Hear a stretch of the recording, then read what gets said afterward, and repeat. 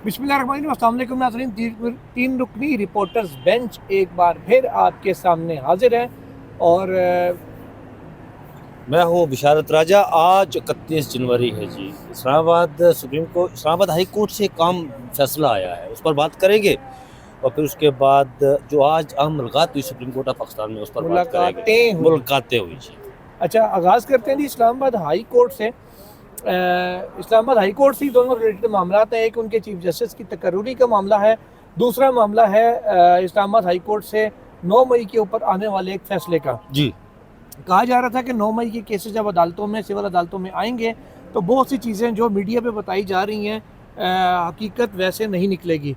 और वही चीज़ अभी हुई कि नाज़रीन, क्योंकि जब आप कहते हैं कि एविडेंस मौजूद है, सीसीटीवी है, वीडियो फुटेजेस हैं, तो फिर आपको कोर्ट ऑफ लॉ में उसको लॉ के मुताबिक प्रोसीड करके चलाना पड़ता है। उसके लिए तरीकाकार ये होगा वीडियो का कि वीडियो जिसने बनाई, किस डिवाइस से बनाई, वो सब लोग खुद सामने पेश होंगे।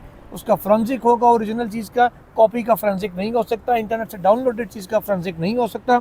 ये वो तमाम लेकुनाज है जो हमारे लॉ के अंदर मौजूद है, जिनको कि एक केसेस बनाने से पहले चाहे बुज़ुर्ग ऑर्डिनेंस, चाहे एक्ट ऑफ पार्लियामेंट, इनको तरमीम करनी चाहिए थी, जो नहीं की गई। अब वो केसेस जब अदालतों में आ रहे हैं, नीचे से भले सजाएं हो गई ट्रायल कोर्ट से 5-5 साल की, लेकिन उन मुलजिमान को अब इस्लामाबाद हाई कोर्ट से सजाएं सस्पेंड हो गई हैं, रिलीफ मिल गया और कहा गया कि आपने हर समात पर इस्लामाबाद हाई कोर्ट में अपील में पेश लाजमी होना है। सुहेल साहब, थोड़ी सी तफसील इसकी ज़रा शेयर करें कि ऑर्डर के अंदर क्या लिखा हुआ है, किसने हेयरिंग की, ट्रायल कब हुआ? सदर गर्दी में केस 10 मई 2023 को बना था।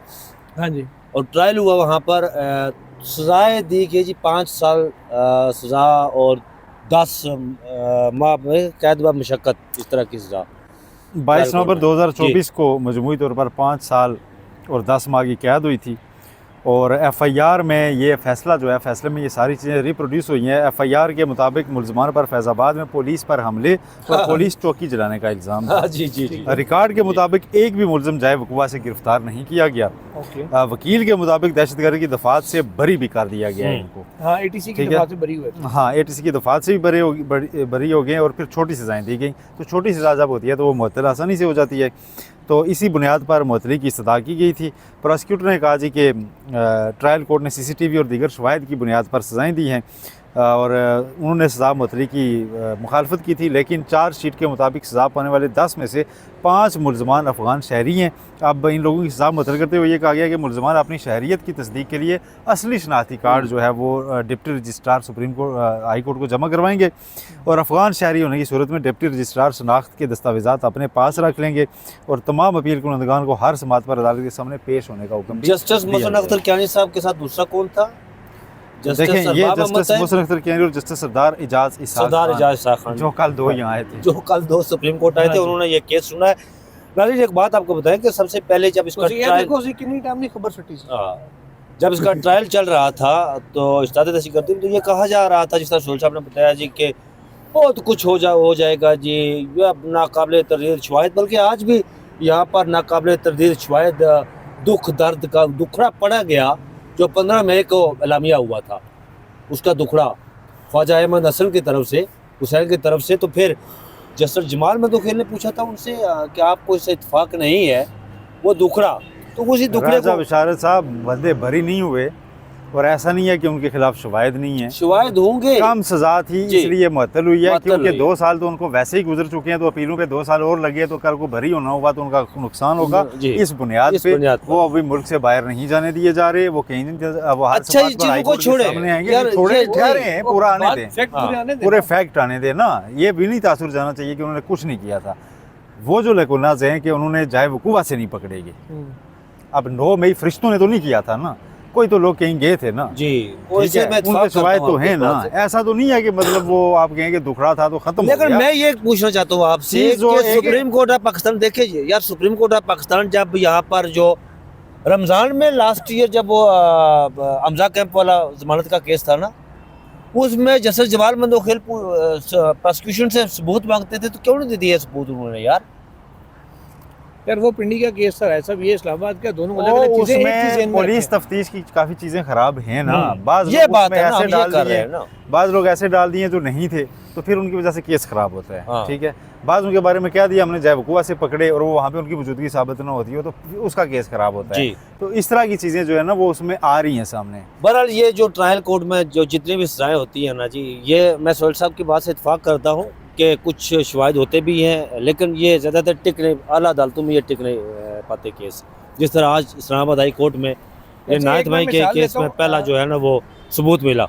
इसको आसिफ कंटिन्यू सईद- करें यार, मैं कोई लेकर आऊँ, आप जारी रखें। आसिफ सईद खोसा साहब सोहेल साहब कहा करते थे, जो मशहूर थे बंदों को बरी करने के मामले में, थोड़े से डाउट के ऊपर भी, वो क्या कहते थे कि जब पंजाब से केस आए ना उम्र कैद का ट्रायल कोर्ट से, समझ लें कि बरियत का केस है, क्योंकि ट्रायल कोर्ट वो कहते थे हिम्मत ही नहीं पकड़ती आदम शवाहिद पे भी, ऑर्डर में लिख देती है, रिकॉर्ड में होता है कि जी एविडेंस प्रॉपर नहीं था, लेकिन फिर भी उम्र कैद दे देते हैं कि यार चलो कुछ ना कुछ तो देगी, छोड़िए ना।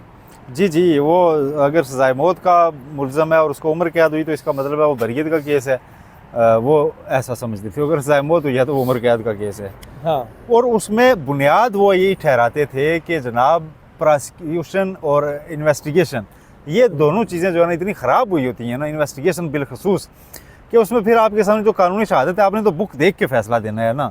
कि बुक आपको कहती है कि आप सजाए मौत किसी को तभी देंगे जब उसकी ये 5 कंडीशंस पूरी हुई होंगी। फ़र्ज़ किया बिल्कुल।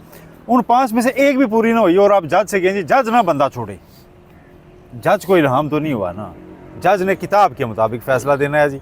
जज ने तो बड़ा कोई आगे बेशक जज ने फैसला देना है, Unless बाकी तो केस सियासी हो। हाँ, बिल्कुल लेकिन ऐसा ही है। ओवरऑल तो वो उन्होंने, लेकिन एक बात है, मैं समझता हूँ सोहेल साहब के जस्टिस आसिफ सईद खोसा साहब फौजदारी मुकदमात के बड़े एक्सपर्ट थे, बहुत क्लास के एक्सपर्ट थे वो, और इवन जस्टिस साकिब निसार भी, साकिब निसार साहब क्रिमिनल के नहीं थे, वो सिविल के सिविल के बहुत बड़े expert अच्छे एक्सपर्ट थे वो। मौजूदा जो इस वक्त जो सुप्रीम कोर्ट ऑफ पाकिस्तान में है, सुप्रीम कोर्ट ऑफ पाकिस्तान में जस्टिस शहजाद मलिक के हवाले से कहा जाता है कि देखो फौजदारी के फौजदारी बहुत के expert हैं, बड़े सरदार जबरदस्त तारिक साहब एक्सपर्ट बहुत हैं। grip है उनकी। हाँ, उनकी भी बड़ी ग्रिप है सरदार तारिक को, कि वो अडाक जज है इस वक्त। अच्छा, अगली स्टोरी की तरफ आते हैं। जुल्करनैन साहब ये बताइए कि आज सुप्रीम कोर्ट ऑफ पाकिस्तान में ये गुज़श्ता 2 रोज़ से मुलाकातों का सिलसिला जारी है। जब मुलाकातें ख़त्म हुई तो अटॉर्नी जनरल ऑफ पाकिस्तान बाहर मिले हमें, जी जी। और फारूक अजनाक साहब भी मिले।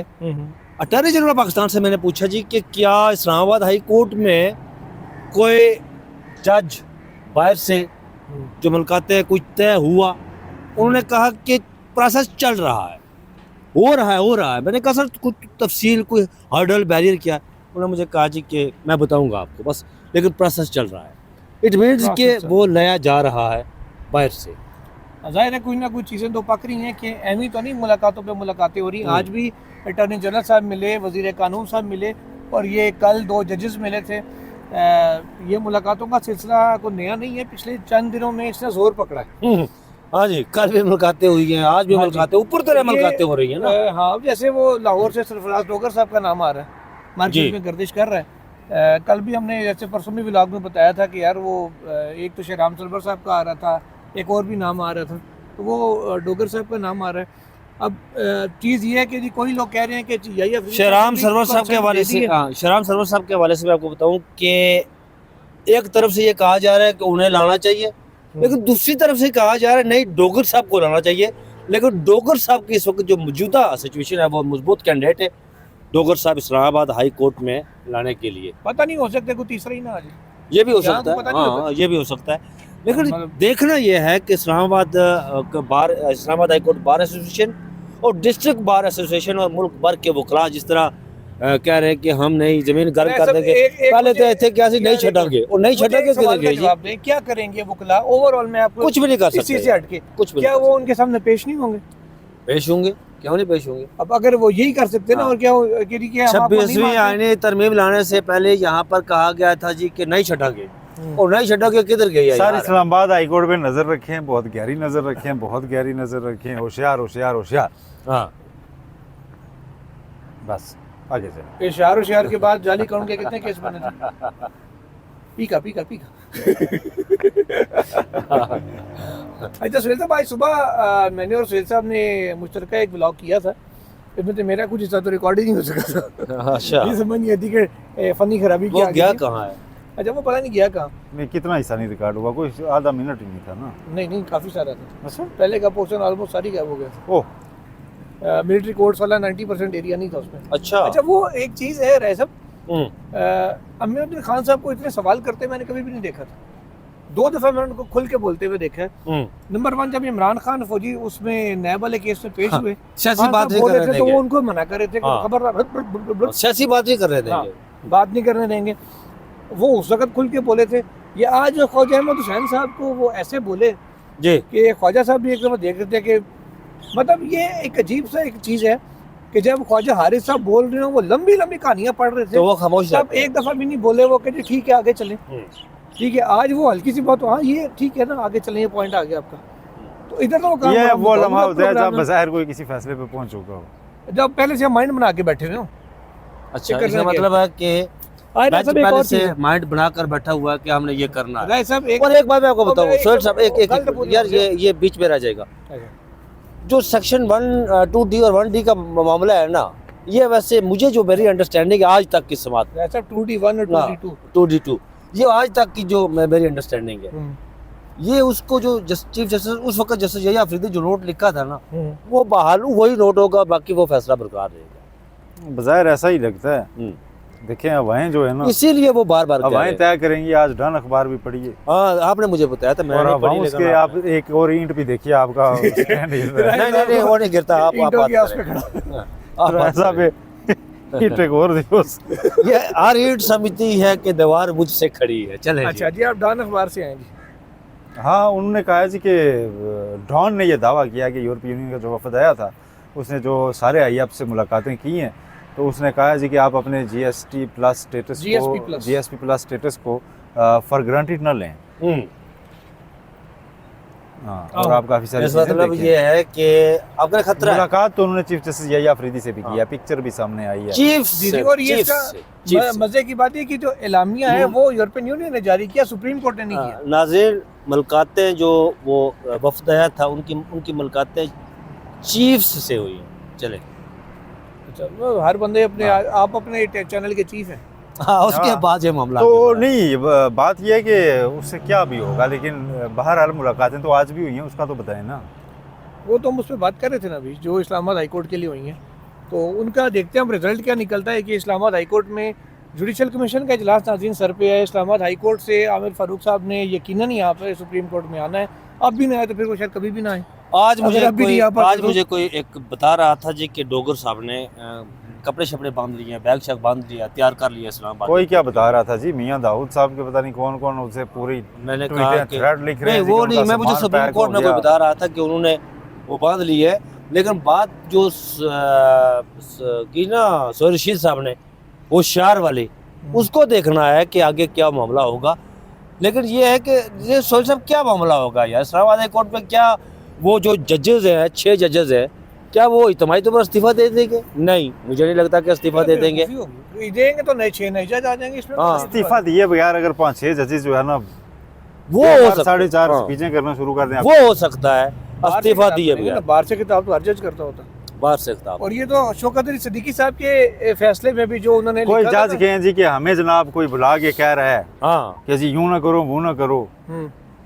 तो फिर रोला तो पड़ेगा। हाँ, ये बात है ना, असल में ये बात है कि ये होगा। देखिए शायद कुछ लोग चाह रहे हों कि इफ्तिखार चौधरी मूवमेंट क्रिएट किया जाए।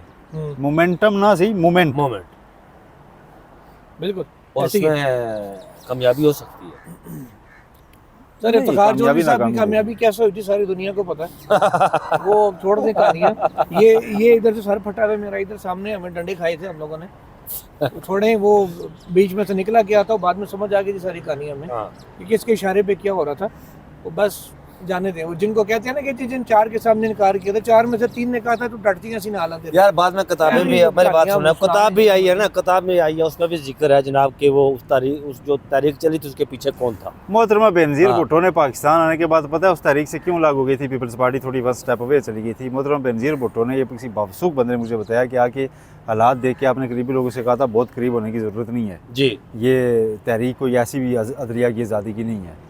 उसके पीछे जो कहानी थी वो किताबों में और भी आपने जिक्र फिर आ देखा चुका है। फिर उन्होंने बहाली के बाद पीपल्स पार्टी के साथ क्या सलूक करवा रखा। जी, स्लो करवा रखा और फिर वो मियां मोहम्मद नवाज शरीफ फैसला साहब साजी का इख्तियार अमलन और उनकी यार गवर्नमेंट का यहाँ से हुआ था। यहाँ पर वो मियां साहब कोट काला कोट पहनकर आ गए थे यार, वो बड़े बनते हैं मियां कमीशन साहब में। मेमो कमीशन में, और बड़े बुलंदो बांग दावे, और आज भी उसी तरह की कहानियां। नहीं, ये किस्सा था ना, करप्शन होगी, उनको बिजली के मंसूबे न लगाने दो, उनको कोई काम ही ना करने दो, बस करप्शन। कितनों को सजा हुई है उसके बाद, स्टेशन ना लगाने दो, सड़क ना बनाने दो। कितनों को सजा हुई है उसके बाद। वो इफ्तिखार रोका चौधरी हुआ साहब था तो- इन्होंने। वो इफ्तिखार चौधरी साहब तो बकरियों पर 100 मोटो लिया करते थे यार, चकवाल के किसी की बकरियां गुम हो गई, 100 मोटो ले लिया जनाब। वो है अतीका उड्डू बेचारी, पता नहीं आजकल कहाँ होगी, उसका शराब का 100 मोटो ले लिया। वो ऐसे ऐसे मामलात थे उनके जनाब के, वो क्या बंदा कह नहीं सकता सर, है। शायद 2 मंगाई हो, एक आई हो, उस पे कह रहे नहीं नोटिस ही है। चलो बहरहाल वो नाज़रीन, ये तो चीज़ें चलती रहेंगी, और हालात होशियार की तरफ ही जा रहे हैं, और हम सब भी होशियार हैं। हाँ आप भी होशियार ही रहें, क्योंकि पीका आ गया, हाँ जी, पीका छा गया। पीका को बचना चाहिए था यार। पीका के खिलाफ इस वक्त साफी सरापा एहतजाज है, जो में सियाज मना रहे हैं, लेकिन और मुझे बड़ी प्रेस अजीब क्लब सी के बाहर हाँ जी। एहतजाज ये है। कौन एहतजाज कौन कर रहा है पीका के खिलाफ? सारी कौन सा साफी साफी? में PFU जी, Pakistan federal union of journalist, कौन उसमें कोई नाम तो लेना यार, मुझे बताएं। अफजल भट्ट साहब हैं सर। अफजल भट्ट साहब लीड कर रहे हैं। और वो भी कुछ और भी लीड कर रहे हैं, वो उनके साथ है शाना बिशाना। आपको याद है 2014 में धरना हुआ था, या जमहूर कैंप लगा था? जमहूर कैंप मैंने उसका नाम फतूर कैंप रखा। फतूर कैंप, जमहूर कैंप खत्म हुआ, उसके बाद क्या हुआ था पता है आपको?